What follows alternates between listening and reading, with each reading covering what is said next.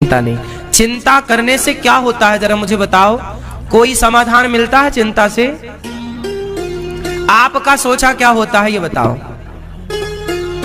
आप बताओ। आपका सोचा कुछ होता है? किसका सोचा होता है? जब आपका सोचा कुछ होना ही नहीं है तो सोचो क्यों? आप तो केवल भगवान के आश्रित होकर जो कर्म है करते चलो। मैं भागवत सुना रहा हूं, बस मुझे भागवत सुनाने का कितना फायदा होगा इस फायदे पर मैं विचार ना करके केवल अपना काम ईमानदारी से करता रहूं। हम बाद की बातें अभी क्यों करें? जो होना हम कर्म करें, फल कौन देगा? मैं आपको भागवत सुनाता हूं, भागवत सुनाने का कोई यहां आकर मुझे 2 रुपए देता है, कोई आकर 100 रुपए देता है। मैं सेवा करता हूं, आप लोगों से बोलता हूं सहयोग करो। कभी सहयोग आप लोग करते हैं, कभी आप लोग सहयोग नहीं करते। हम किसके भरोसे हैं? क्योंकि करने कराने वाले भगवान हैं, कार्य उनका है, करना उन्हीं को है, हमें और आपको उन्होंने निमित्त बनाया है, इसलिए हम फिक्र क्यों करें? अब आपको चिंता है बेटी की, महाराज जी वो बड़ी हो गई है, 19 साल की है, शादी का विचार कर रहे हैं, शादी नहीं हुई। महाराज जी हमारी बेटी 22 साल की हो गई, महाराज जी हमारी बेटी 25 साल की हो गई। अरे भाई तुम लड़का ढूंढो, तुम्हारा कर्म है ढूंढना, अच्छी प्लानिंग करना, कब होगी कब नहीं होगी ईश्वर पर है, तुम तो ढूंढते रहो। अब तुम घर पे ही बैठे हो, महाराज जी लड़के वाले कोई आ जाते तो कर लेते। अरे भाई तुम भी तो जाओ, तुम भी तो ढूंढो, तुम अपना कर्म किए क्या? आजकल आदमी कर्म नहीं करता, फल पूरा चाहता है। यदि आप कर्म करें अपना तो फल भगवान देंगे। राम झरोखा बैठ के सबका मुजरा लें और जाकी जैसी चाकरी ताको तैसो दें।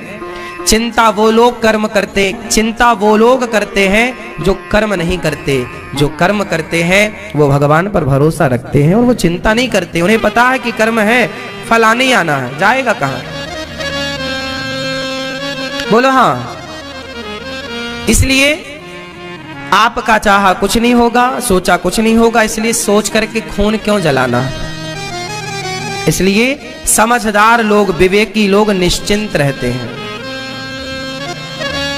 और अज्ञानी लोग चिंता में रहते। जो चिंता में है समझ लेना अज्ञानी है। अज्ञान चिंता उसी को होती है जो अज्ञानी होता है। ये मैं आपको परिभाषाएं दे रहा हूं, बहुत गहरी बात। देखो मैया सो रही हो मेरी माँ, देखो मैया क्यों सो रही है? निश्चिंत है, कोई चिंता ही नहीं है।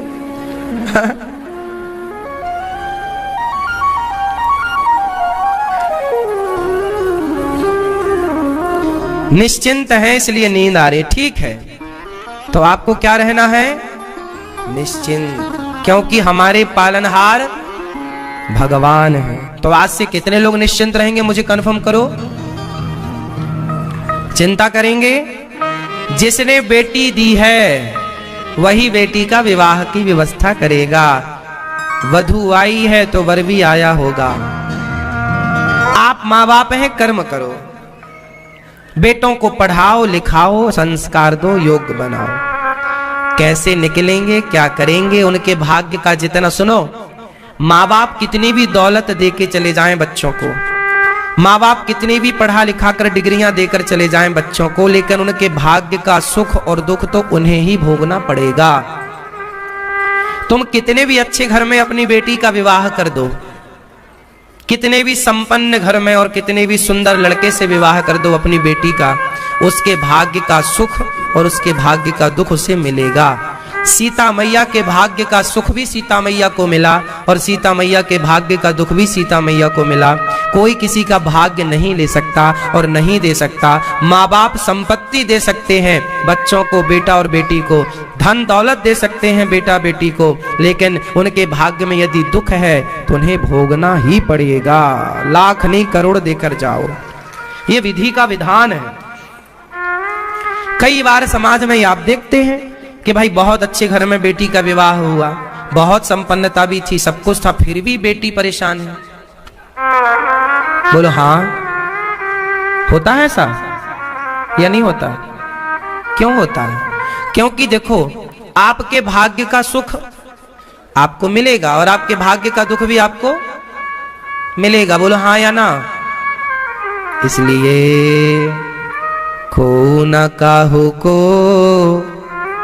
सुख दुख कर दाता, निज कृत कर्म भोग सब भ्राता।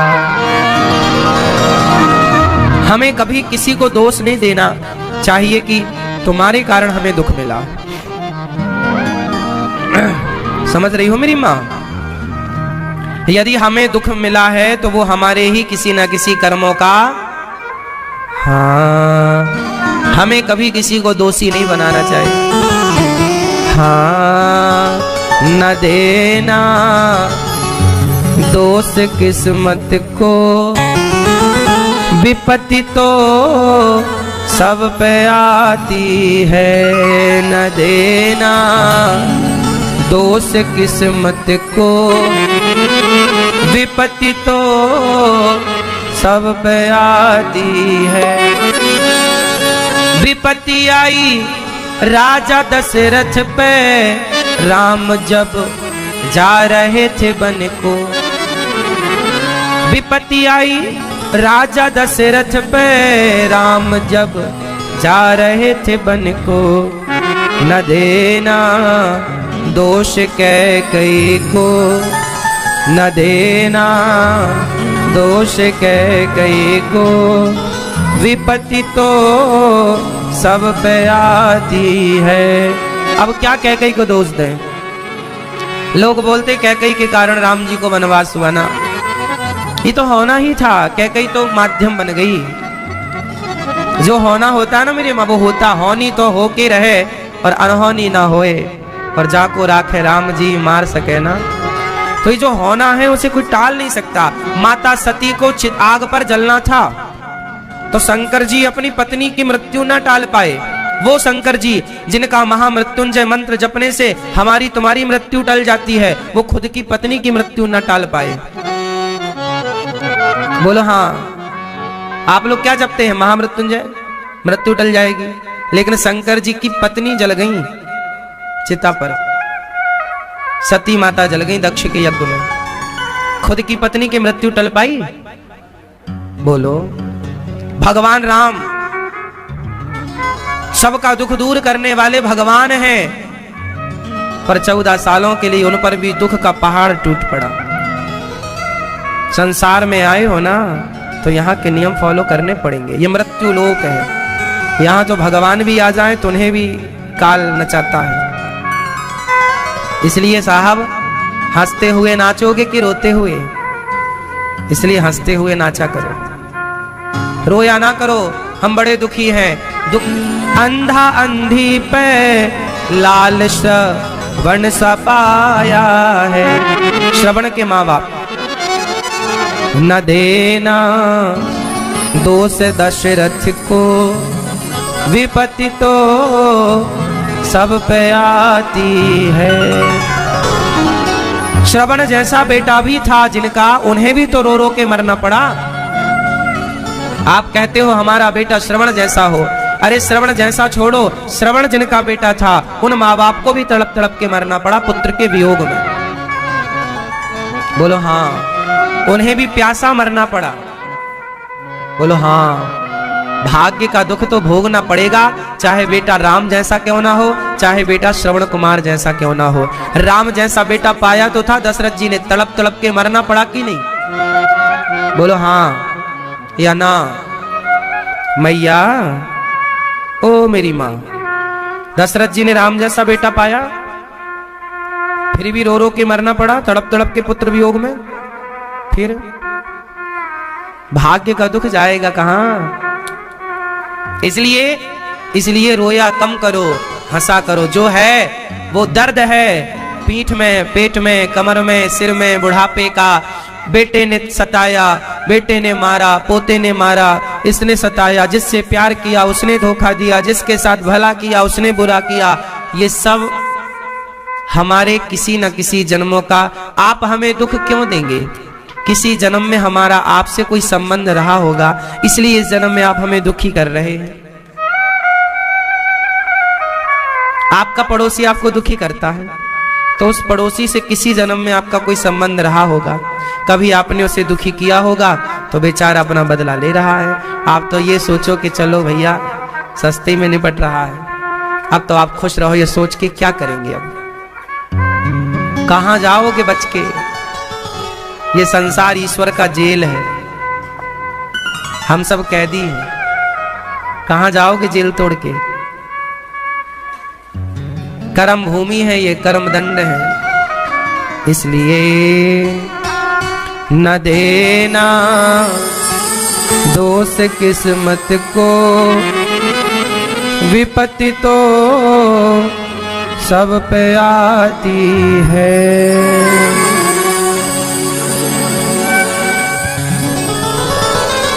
इसलिए हम आपसे कहते हैं कि चिंता नहीं चिंतन। भगवान ने गिरिराज जी को उठाकर स्थापित किया है और अब भगवान की लीला करने जा रहे हैं। वरुण देवता वरुण लोक गए, नंद बाबा को हर कर ले गए, भगवान लेकर आए और सारे ब्रजवासियों को बैकुंठ दिखाया। पर वृंदावन तो बैकुंठ से करोड़ों गुना श्रेष्ठ है। आज भगवान ने यमुना के तट पर खड़े होकर सुंदर सी बांसुरी बजाई।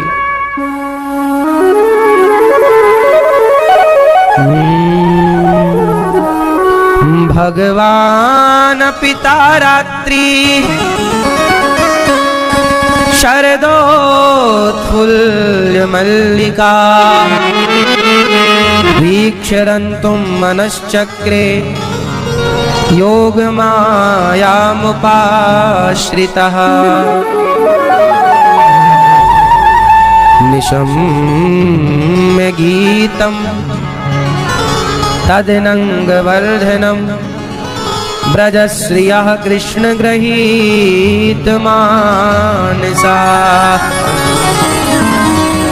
आजग्मुरन्योन्यमलक्षितोद्यमाः, सयत्र कान्तो जवलोलकुण्डला।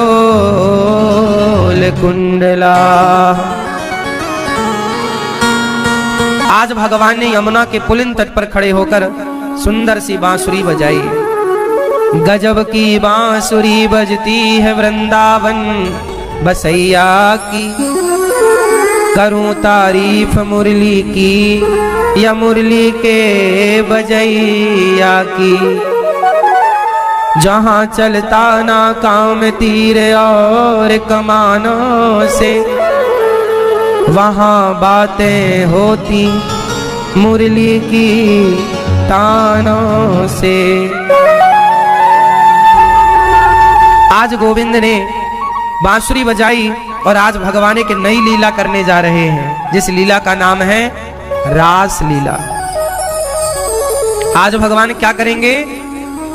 रास। मैं आपको रास लीला का भावार्थ समझाऊं, उसकी आप तैयारी कर लो सुनने की। रास लीला का मतलब क्या होता है? तुम करो तो रास लीला, हम करें तो। ये चीजें जब आप सुनते हैं तो रासलीला का अर्थ बदल जाता है। आज समस्या ये है कि हम हिंदू, हम कृष्ण के भक्त, हम प्रभु को जानने समझने वाले सनातनी आज रास का मतलब भूल गए और रास को हम गलत वे पर ले गए, गलत रास्ते पर ले गए। तुम करो तो रास लीला, हम करें तो कैरेक्टर ढीला, ऐसा सुनते हैं आप लोग। चलो बताओ रास का मतलब क्या है, या भैया आप बताओगे क्या मतलब है रास का? यही कमजोरी है सनातन की। आपसे हमने पूछा, आपने क्या? तुम बताओ। क्यों? धर्म की जिम्मेदारी आपकी नहीं है? कोई विधर्मी आपको यदि आपके धर्म के बारे में जानना चाहे तो आप उसे क्या समझाओगे? इसलिए कहता हूं, अपनी संस्कृति को जानो, अपने धर्म को जानो। हम हिंदुओं ने गलतियां क्या की? मुसलमान तो छोटे छोटे बच्चे टोपी लगा करके और वो नमाज पढ़ते हैं, पर तुम्हारे छोटे बच्चे तिलक लगाकर कब गीता पढ़ते हैं? इसलिए मुसलमान कट्टर होता है पर हिंदू कट्टर नहीं होता। कट्टर होना जरूरी है अपने धर्म को लेकर, अपनी संस्कृति को लेकर। हमारा सिर कट जाएगा पर अपना धर्म नहीं छोड़ेंगे, ये कट्टरता जरूरी है। स्वधर्मे निधनम श्रेयः परधर्मो भयावह। मुसलमान नमाज पढ़ता है, उसे अपने मजहब पंथ के बारे में पता है, पर हिंदू ना गीता पढ़ता है ना रामचरितमानस पढ़ता है, तो उसे अपने धर्म के बारे में कहां ज्ञान होगा? जब आपसे कोई बात पूछी जाती है आप दूसरों पर टालते हैं। अब देखिए, एक पिक्चर बनी है द केरला, सुनी आप लोगों ने? सुनी? उस केरला, द केरला मूवी में ये सारी बातें आपने कभी गौर की हो तो ये सारी बातें हैं उसमें। एक सत्य घटना कुछ मूवी में है, कुछ मूवी में नहीं है, पर जो मूवी में है वो एक छोटा सा सीन में आपको सुनाता हूं। मैंने पिक्चर देखी नहीं, मैं मूवियां नहीं देखता, पर अच्छी मूवियां जैसे कश्मीर फाइल्स है, केरला है, ये पिक्चरें देखनी चाहिए। पर चूंकि मुझे समय नहीं मिला इसलिए मैंने नहीं देखा, पर कभी समय मिलेगा तो मैं इन्हें देखूंगा। पर मैंने एक सीन देखा इसका, तो वो मैं आपसे शेयर कर लूं। उसमें एक सीन है, एक लड़की थी, उस लड़की को कुछ मुस्लिम लड़कियों ने और अन्य मजहब पंथ के लड़कियों ने अपनी सहेली बना लिया, फ्रेंड बना लिया, दोस्त बना लिया, और वो उसे बरगलाने लगी। सुनो, ये तुम्हारे भगवान कैसे हैं? 16-16 हजार विवाह किए और तुम्हारे भगवान तो रास भी रचाते हैं। अब देखना किस तरह से तुम्हारे बच्चों को ये बातें कहकर बरगलाया जा सकता है। ये क्यों बरगलाया गया? क्योंकि उस लड़की को पता ही नहीं था कि रास का सही अर्थ क्या है, 16,108 का सही मायने क्या है। उस लड़की को बोला कि तुम्हारे भगवान तो रास रचाते हैं, तो तुम क्यों नहीं रचाती हो? चलो तुम भी रास रचाओ। वो ले गई कुछ लड़कों के बीच में, उन लड़कों ने उसके साथ व्यवहार किया गलत प्रकार से और उसकी मर्जी से व्यवहार किया। उसको चूंकि कैप्चर कर लिया, उसके दिमाग को जीरो कर दिया, उसको जो वो बोलेंगे वही मानेगी। फिर उसे उन्होंने उसका शोषण तो किया शारीरिक, लेकिन उसका मानसिक शोषण करके उसे आतंकवादी बना दिया। बड़ी सी गन पकड़ा दी, ये रहे, ये जितने हिंदू है ना ये तुम्हारे दुश्मन है, इनको मारना। अब वो हिंदू लड़की है, गाय को माता मानने वाली लड़की थी, आतंकवादी बना दिया, ढिसुम ढिसुम मार रही है वो। आतंकों की टोलियों में सम्मिलित हो गई, शोषण हुआ उसका। उसे लगा कि मैं कहां आ गई है, कितनी अच्छी जिंदगी थी, मैं क्यों इन्हें मार रही हूं, इनका अपराध क्या है। तो वो जैसे तैसे उन आतंकियों के चंगुल से भागी और अपने घर पहुंची और अपना दरवाजा, बाप का दरवाजा, पिता का घर खटखटाया। पिता ने दरवाजा खोला, बेटी तू? उस बेटी ने कहा मैं तुम्हारी बेटी नहीं, मैं आतंकवादी हूं। तो बाप बोला तू आतंकवादी कैसे बन गई? तो उस लड़की ने बोला कि पिताजी आपने मुझे आतंकवादी बना दिया। बाप बोला मैंने तुझे कब आतंकवादी बना दिया? मैंने तो तुझे अच्छे स्कूल कॉलेज में पढ़ाया, तू ही भाग गई, मेरी बात ना मानी, किसी लड़का लड़की के चक्कर में तू ही पड़ गई। मैंने तो तुझे कितना समझाया था। उस लड़की ने कहा पिताजी आपने मुझे बचपन में यदि कृष्ण के बारे में सही सही बताया होता, राम के बारे में, अपने धर्म, अपनी संस्कृति के बारे में सही जानकारी दी होती, तो आज मैं आतंकवादी ना बनती। यदि मैं बनी हूं तो जिम्मेदार आप हो, क्योंकि आपने अपनी संस्कृति, जिस धर्म में, जिस संस्कृति में मैं पली बढ़ी, उसका मुझे ज्ञान ही नहीं, उसका मुझे ज्ञान नहीं। ये सौभाग्य की बात है या दुर्भाग्य की बात है? बोलो। तुम करो तो रासलीला, हम करें तो कैरेक्टर ढीला। ये पिक्चरों के डायलॉग हैं, ये भाषा सही नहीं है, ये गलत राह पर ले जाने वाली बातें हैं। जबकि रास का सही आज मैं आप लोगों को अर्थ समझाने वाला हूं, फिर आप बताना कि आप क्या जानते थे रास के बारे में, आज से आपने क्या जानना स्टार्ट किया। रास किसने रचाया? कृष्ण ने। किनके संग रचाया? उत्तर देते चलना फास्ट, लापरवाही नहीं। किसने रचाया रास? कृष्ण ने। किनके संग रचाया? गोपियों के संग। कौन आया उस रास में गोपियों के सिवाय अतिरिक्त? उस रास में शंकर जी आए। कौन? शंकर जी कौन है? वो शंकर जी जिन्होंने कामदेव को जला करके तीसरी आंख खोली। और किसे जलाया? कामदेव मतलब वासना, कामदेव मतलब, ध्यान से सुनना, अब जो शंकर जी कामदेव को जलाकर भस्म कर देते हैं, वो शंकर जी हाथ जोड़कर कहते हैं कि हे श्याम सुंदर, हे श्री कृष्ण, हमें इस रास में सम्मिलित कर लीजिए। अब आपसे मैं पूछता हूं, क्या वो रास लीला कोई चरित्रहीनता की लीला थी क्या? कोई स्त्री पुरुष का नाच था क्या? क्या था वो? वो रास का मतलब था मिलन। किसका मिलन? जीवात्मा और परमात्मा का, भक्त और भगवान के मिलन को रास कहते हैं। उस रास में शंकर जी भी गए। अब बताओ, शंकर जी तो कामदेव को जला चुके थे और शंकर जी वहां गोपी बनकर गए थे। आज भी वृंदावन में गोपेश्वर महादेव हैं, जहां शिव जी का गोपी रूप में श्रृंगार होता है। शंकर जी गोपी बनकर गए। अब बताओ, क्या ये लीला? कृष्ण कौन है? कृष्ण का परिचय दो।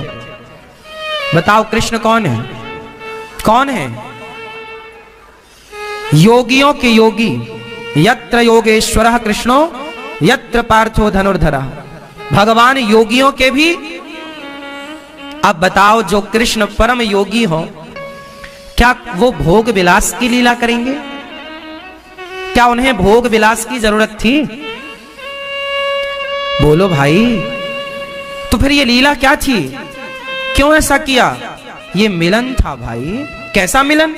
अच्छा बताओ, मीरा ने कृष्ण को किस रूप में भजा? उत्तर, मीरा ने, मीराबाई ने कृष्ण को किस रूप में भजा? उत्तर दो। किस रूप में भजा? पति के रूप में। हाँ या ना?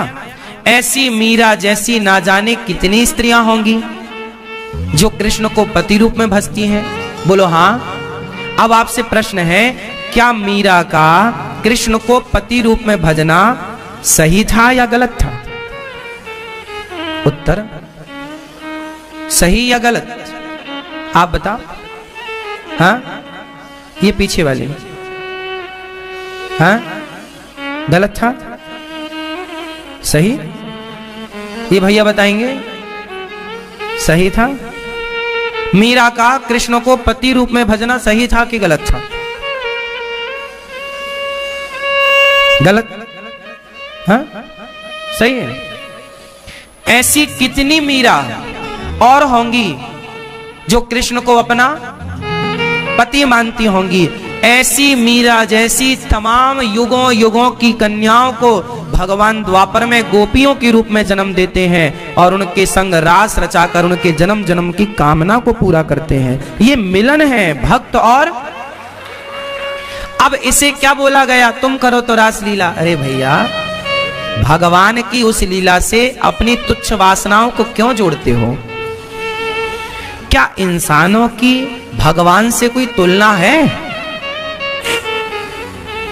क्या कृष्ण से हमारी और आपकी कोई तुलना हो सकती है? तो आदमी क्यों तौलता है फिर? गटर के पानी की गंगा जल से तुलना होगी क्या? अरे हम तो गटर के पानी हैं, कृष्ण तो गंगा जल है। उनकी तुलना हमसे, इंसानों की तुलना भगवान से करना, यह सबसे बड़ी मूर्खता। रास मिलन था। जैसे हमारे देश में अभी कुछ वर्ष, अभी महीने हुए, कुछ महीने पहले हमारे देश में एक मिलन हुआ, जिस मिलन का नाम रखा गया G20। क्या हुआ दिल्ली में? एक G20 समारोह हुआ। बोलो हाँ, क्या हुआ था उसमें? मिलन। अन्य देश के नेता हमारे देश के नेताओं से क्या हो रहे थे? मिल रहे थे, गले मिल रहे थे। हाँ या ना? उस मिलन समारोह का नाम क्या रखा? जोर से, जोर से। जैसे एक देश के नेता ने दूसरे देश के नेता से जब मिला, हमारे भारत के प्रधानमंत्री जी जब अन्य देश के नेताओं से मिले, तो उस मिलन समारोह का नाम अलग रखा गया G20। उसी तरह जब भक्त और भगवान का मिलन हुआ, उस मिलन समारोह का नाम रखा गया रास। ये है रास। और तुमने क्या मान लिया? अरे भगवान तो गोपियों के संग नाच रहे हैं। भगवान को तुमने भोगी विलासी मान लिया। बताओ, इतना कम तुम विश्वास करते हो भगवान पर। हमारे भगवान 16,108 विवाह क्यों? अब कोई कहे जी तुम्हारे भगवान इतने विवाह कर लिए, इतने विवाह कर लिए, क्या मतलब है? कृष्ण ने 16,108 विवाह क्यों किए? क्या मतलब इसका? जरा बताओ। मैया को पानी पिलाओ। मैया राम राम।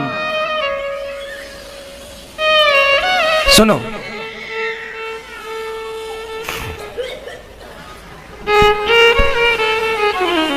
बातें समझ में आ रही हैं हमारी कि नहीं? सुनो, भगवान कृष्ण ने 16,108 विवाह क्यों किए? उत्तर कौन देगा? आप दो। हाँ, बैठे बैठे बैठे बैठे।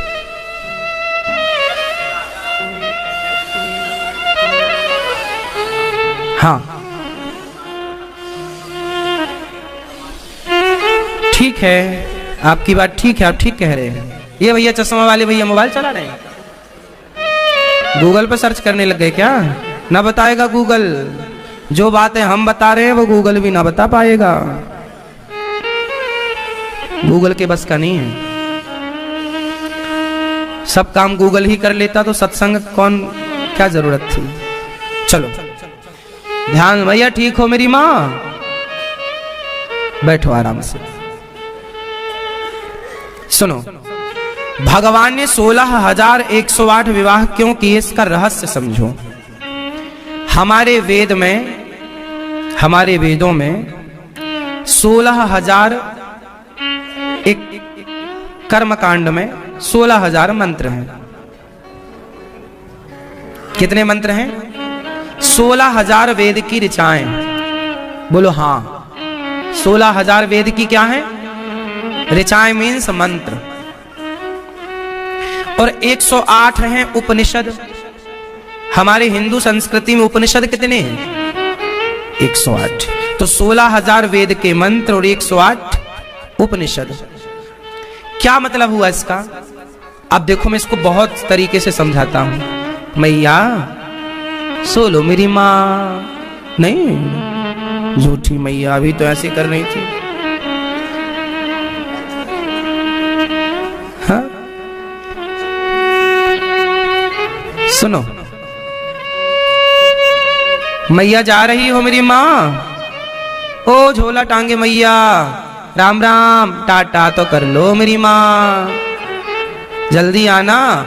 दो मैया ने एक झोला कथा सुन ली, झोला भर लिया। मैया बोली अब तो हमारा भर गया, हम चली।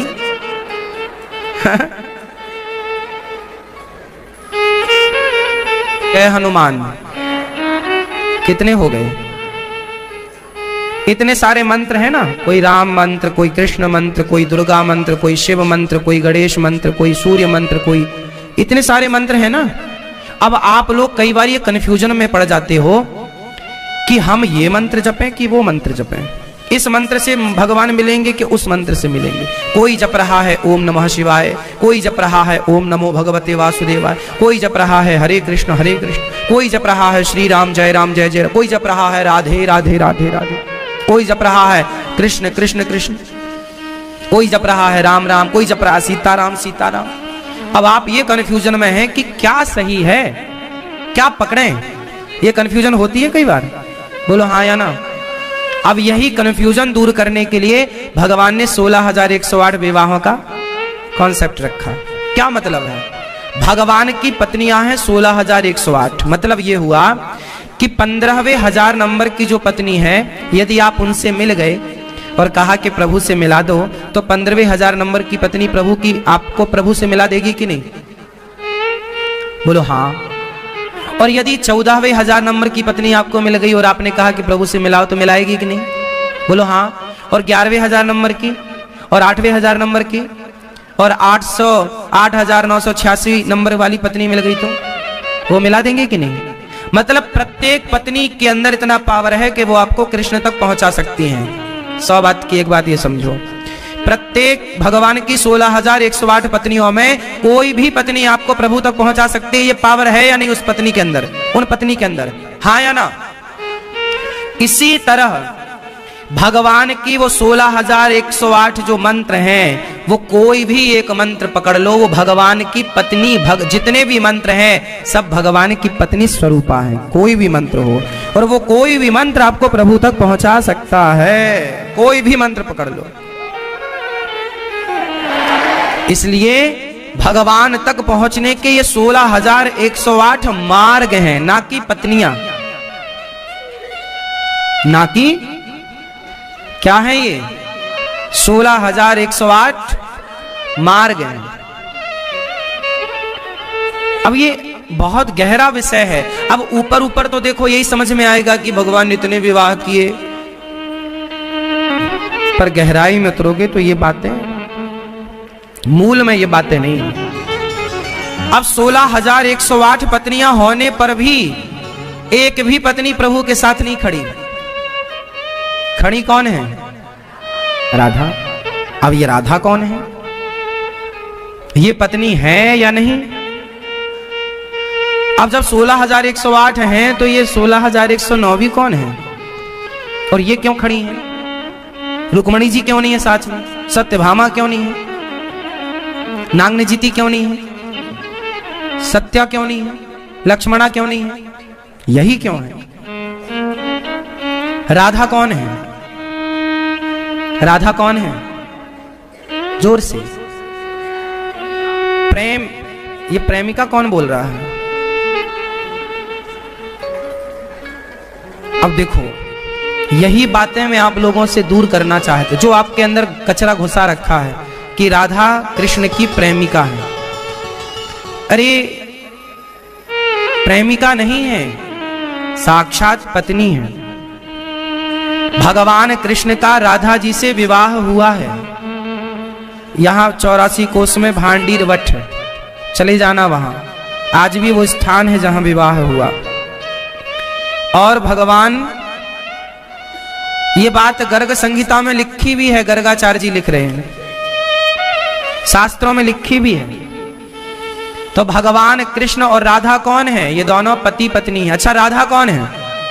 मैंने आपसे पूछा राधा कौन है, तो लोगों ने बताया प्रेमिका है। राधा कौन है? राधा जी साक्षात लक्ष्मी है। कौन है? जोर से।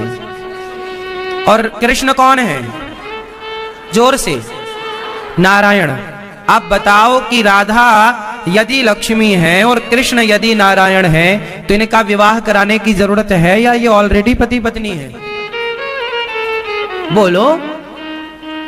अच्छा राधा जी कौन है? फिर से बता दो एक बार जोर से। तो फिर रुक्मणी जी कौन है?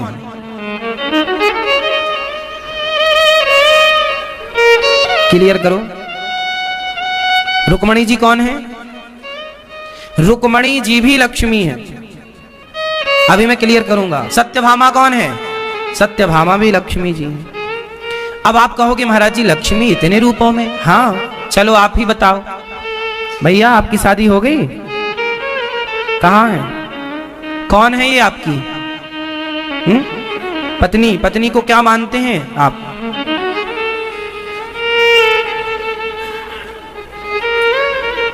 यही पता चल रहा है कि लक्ष्मी है, नहीं तो आप तो कंफ्यूज हो गए क्या क्या कहें। पत्नी को क्या मानना चाहिए? क्या है पत्नी? जोर से। घर में दुल्हन आती है तो लोग क्या बोलते हैं? हमारे यहां लक्ष्मी आ गई। अच्छा आपकी बेटी है? चलो माँ है? माँ कौन है? माँ कौन है? माँ ये स्टूडेंट हमारे कमजोर पढ़ रहे हैं।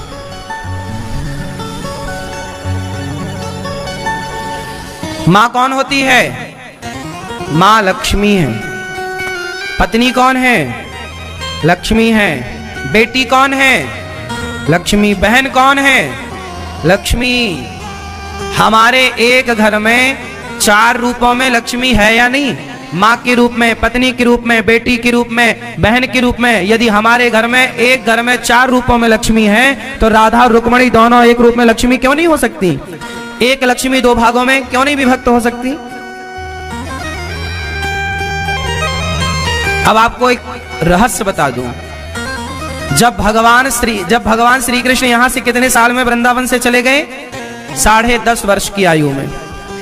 जिस दिन भगवान वृंदावन से गए मथुरा कंस को मारने और फिर मथुरा से भगवान चले गए द्वारिका, उसी दिन एक रूप से राधा रानी ही एक रूप से सत्राजित की बेटी बनकर के प्रकट हो गई। वही रुक्मणी जी कहलाई। राधा रानी ही रुक्मणी है। राधा ही और रुक्मणी ही।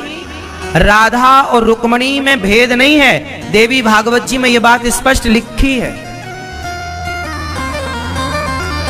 कि भगवान यहां से वृंदावन से गए मथुरा तो राधा रानी भी एक रूप से तो यहीं रह गई और एक रूप से, जैसे गंगा एक रूप से तो नदी है पर एक रूप से वो शांतनु की पत्नी भी है। एक रूप से वो भीष्म पितामह की। अब बताओ गंगा नदी है तो नदी का बेटा कैसे होगा? पर भीष्म पितामह गंगा पुत्र है या नहीं? बोलो हाँ। तो गंगा मैया केवल नदी नहीं है, वो एक माँ है, एक नारी का स्वरूप है। तो एक रूप से वो पत्नी के रूप में रहती हैं और एक रूप से वो जल के रूप में रहती हैं। बोलो हाँ। भाई हम तो इंसान है ना, हम नहीं कर सकते ये सब चीजें, पर वो हमसे और ईश्वर से तुलना नहीं होगी ना। बात समझ में आ रही है ना? हमारा पावर अलग है, ईश्वर का पावर। हम तो बता चुके कि हम तो गटर हैं, भगवान तो गंगा है।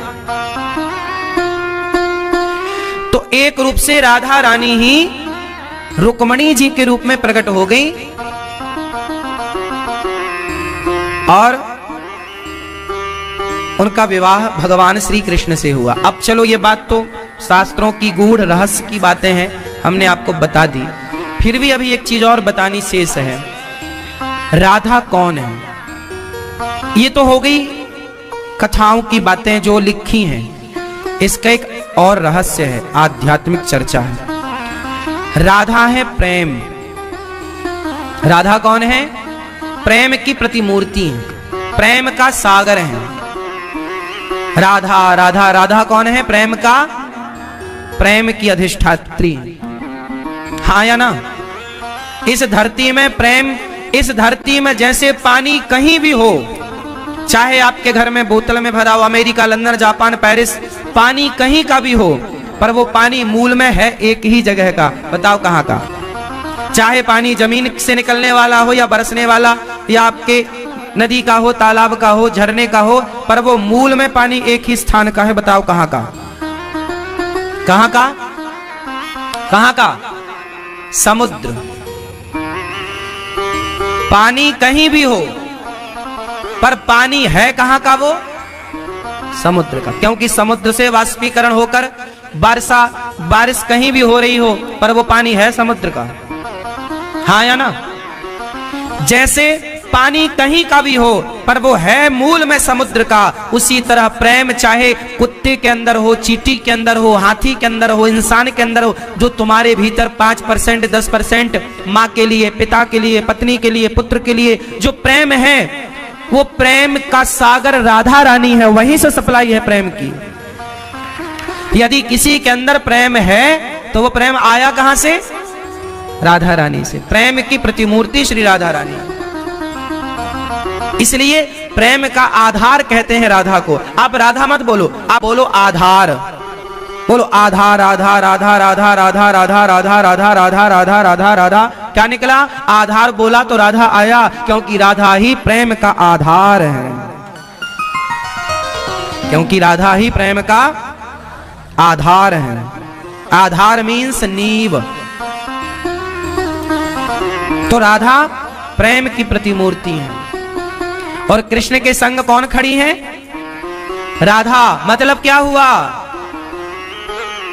कि भगवान के पास वही हो सकता है जिसके भीतर प्रेम हो। यह मैसेज है राधा के साथ कृष्ण के खड़े होने का। बात समझ में आ रही है? इसलिए और आज के बाद ये मत बोलना कि राधा प्रेमिका है, ये भगवान का अपमान है, ये राधा रानी का अपमान है। राधा जी प्रेमिका नहीं, प्रेमिका, प्रेमिका शब्द बुरा नहीं है, लेकिन आजकल की प्रेमिकाओं से यदि उस प्रेमिका को जोड़ा जाए तो आजकल की प्रेमिकाएं आप देख रहे हो, इसलिए प्रेमिका नहीं। राधा साक्षात भगवान की अधिष्ठात्री लक्ष्मी है और लक्ष्मी ही राधा है। भगवान की पत्नी है राधा। भगवान का 16,108 विवाह होने से पहले सबसे पहला विवाह भगवान का राधा रानी से ही हुआ था ब्रजमंडल में। ये तब हो गया था जब भगवान छोटे थे, लगभग 7 वर्ष के जब भगवान थे, तभी भगवान का विवाह हो गया श्री राधा रानी के संग। अब ये बातें लोग नहीं जानते, नहीं समझते, तो कुछ भी बोलते हैं। आप तो देखो, जब जानते नहीं हैं तो आप कुछ भी बोलने के लिए स्वतंत्र हैं, और आप बोलते ही हैं। कुछ भी लोग बोलते हैं, जो मुंह पे आया सब बोल दिया। इसलिए क्या बोलना है क्या नहीं बोलना, कृष्ण जो है वो साक्षात भगवान है और उनकी अधिष्ठात्री है राधा रानी।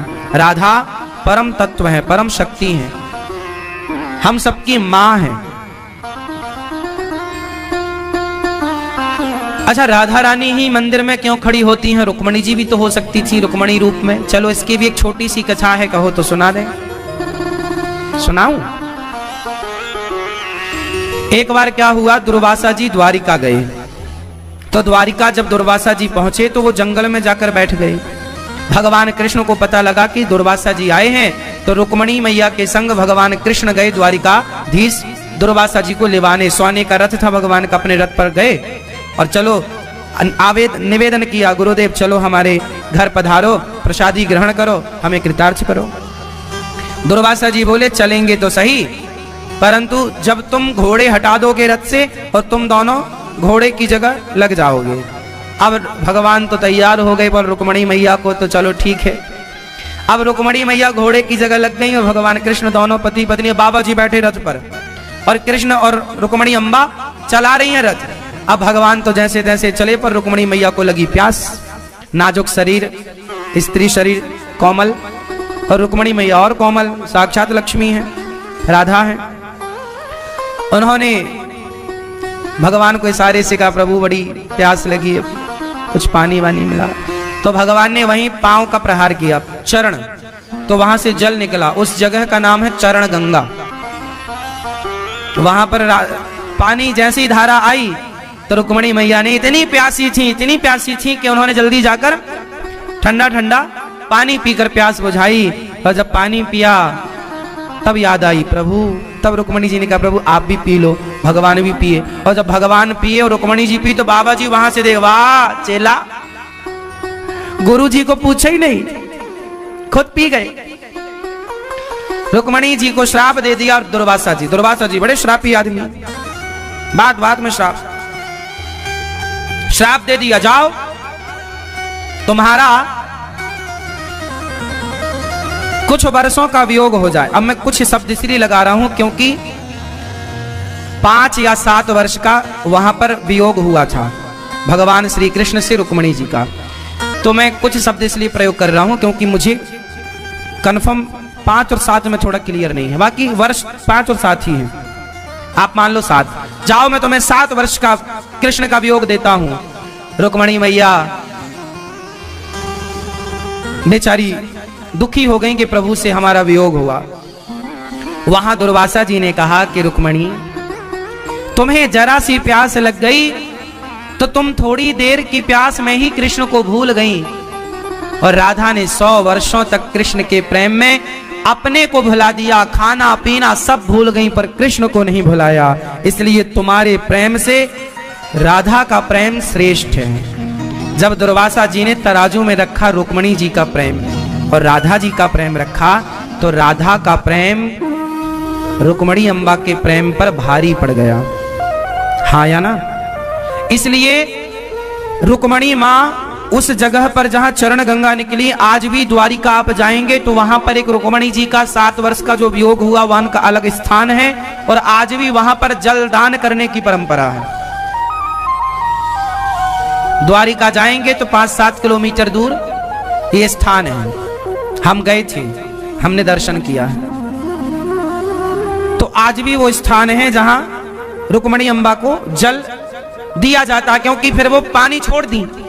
उन्हें लगा कि इस पानी के चक्कर में हमारा प्रभु से वियोग हो गया, तो जल छोड़ दिया। तब लोगों ने लाला कि मैया थोड़ा पी लो, तो वहां रुक्मिणी मां के लिए जल दिया जाता है।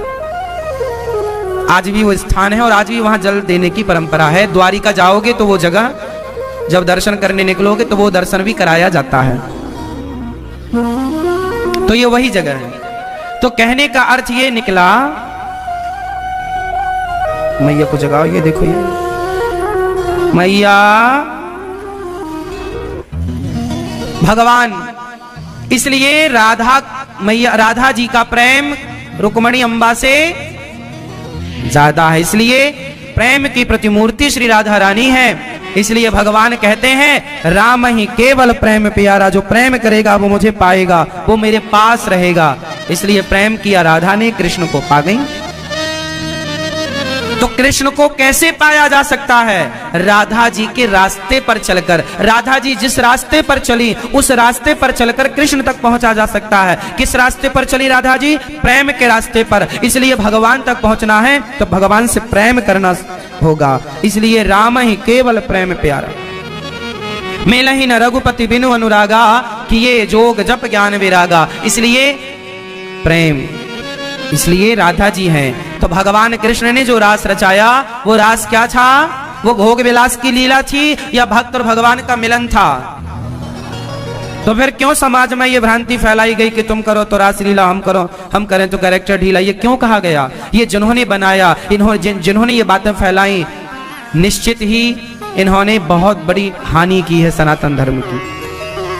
अर्थ का अनर्थ किया है, नौजवान बच्चों को भटकाया है कृष्ण की इन बातों को गलत तरीके से बताकर। आजकल के लड़का, आज एक लड़की ने मेरे से प्रश्नोत्तरी में सवाल कर लिया, बोले गुरुजी हम किसी से प्यार करें और किसी से विवाह करें तो क्या दिक्कत है? हमने कहा ऐसा क्यों करोगी? बोले कृष्ण ने भी तो किसी से प्यार किया, किसी से विवाह किया। हमने कहा लो देखो, इन बच्चों को ये सब बातें गलत तरीके से क्यों समझाई गई। आजकल आपसे ना लोग क्या बोलते हैं कि अरे कृष्ण ने भी तो प्रेम राधा से किया, विवाह रुक्मिणी से किया, तो तुम हमारी राधा बन जाओ, ऐसा लोग कहते हैं। वो लोग ये बातें केवल इसलिए कहते हैं क्योंकि वो आपके शरीर का शोषण करना चाहते हैं इन बातों के माध्यम से, इन बातों को आधार बनाकर, इन बातों के पीछे छिपकर, और वो आपको आपका शोषण करना चाहते हैं। ये बातें गलत हैं। राधा प्रेमिका नहीं, राधा पत्नी है भगवान श्री कृष्ण की, ये लिखा हुआ है। अब आपको जानकारी नहीं है, उसका हम क्या करें? तुम खुद अपनी जानकारी नहीं बढ़ाते तो हम क्या करें? तुम अपने धर्म के बारे में जानते नहीं हो और ना जानना चाहते हो। तुम बच्चों को पोयम याद करा रहे हो, भगवत गीता नहीं याद करा रहे हो। तुमने बच्चे पैदा करते ही मोबाइल पकड़ा दिए हाथ में।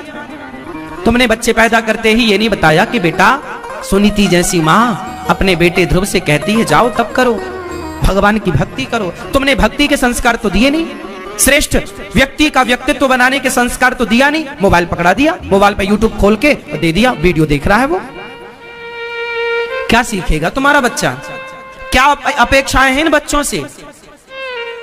क्या तुमने अपने बच्चों को बताया रास का मतलब क्या है? क्या तुमने अपनी बेटी को समझाया कि बेटा राधा प्रेमिका नहीं पत्नी है, और तुम किसी की प्रेमिका यूं ही ना बन जाना कि नहीं तुम भी कहो कि जी भगवान की प्रेमिका थी तो हम भी किसी की बन जाएं, तुम्हारा शोषण हो जाएगा, तुम राधा ना बन पाओगी। अपने से राधा की तुलना ना करो, अपने से कृष्ण कन्हैया की तुलना ना कर लो। वो कृष्ण ने केवल रास नहीं रचाया, गिरिराज जी भी उठाया था। भगवान श्री कृष्ण ने कालिया नाग के ऊपर